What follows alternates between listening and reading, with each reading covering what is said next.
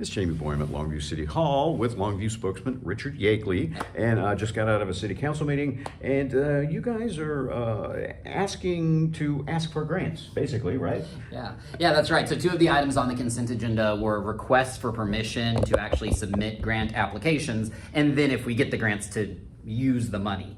So one was for $7 million from the Department of Transportation, and what that would do would be to enhance the already approved bond project on Cotton Street. So if you remember, as the part of the 2018 bond, one of those projects that already has a couple $1 million associated with it is renovating the streetscape on Cotton Street. But when we originally looked at that project in 2018, obviously prices have changed since 2018. If you go to the store, you see this is true for building projects.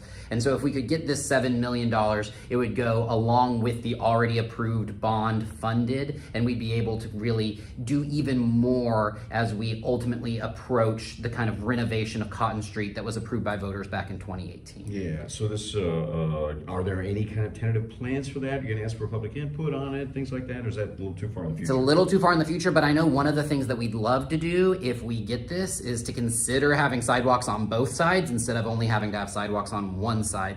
Concrete's expensive, right? And so when you're looking at what we budgeted in 2018 as opposed to what you can get in 2024, right? Suddenly that sidewalk begins to get a little skinnier, right? Suddenly you don't have the parking lot where you wanted to put, so it would give us the flexibility to really do that project with excellence, and we'd love that if that comes through. The other one that was approved by council for us to apply for— That one's about power. It's about power. It's $700,000 from FEMA, and if we got it, that would go towards 2 generators, one for the Sabine water plant and one for our Longview Animal Care and Adoption Center, so that if we have a power outage in the community, those facilities are able to stay on. Obviously, getting water during a power outage, kind of critical, and also a part of what we do as the city is care for the animals in our city. And so it would be very helpful for the Animal Care and Adoption Center to be able to maintain all its level of service, even if we have a sustained power outage. Right, so neither of these facilities have generators right now. It's my understanding that the Sabine plant, we kind of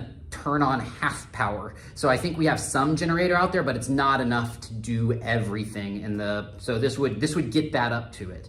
And then there's not currently one at the Longview Animal Care and Adoption Center. So there have actually been situations many years ago, but where we were bringing in propane heaters, right, into the animal, because you got animals, you got to care for them. They want to stay warm too, right? If you're cold, they're cold.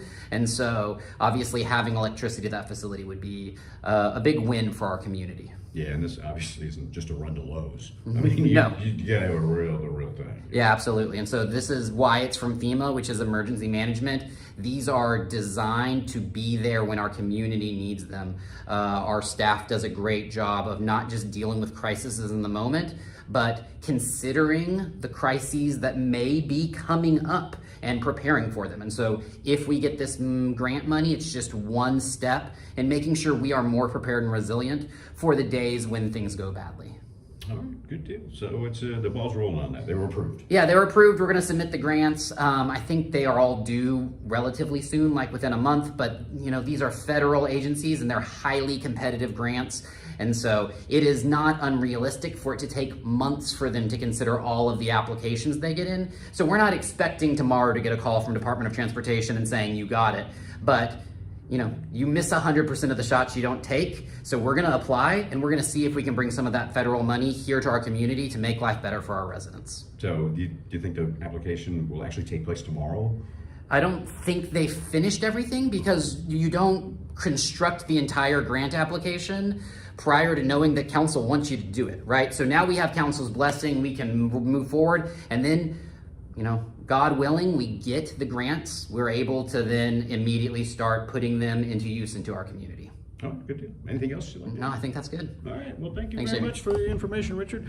So there you go. That's just a couple of the items they did at the council meeting tonight. We'll have more later on KLTV7 News and KLTV.com.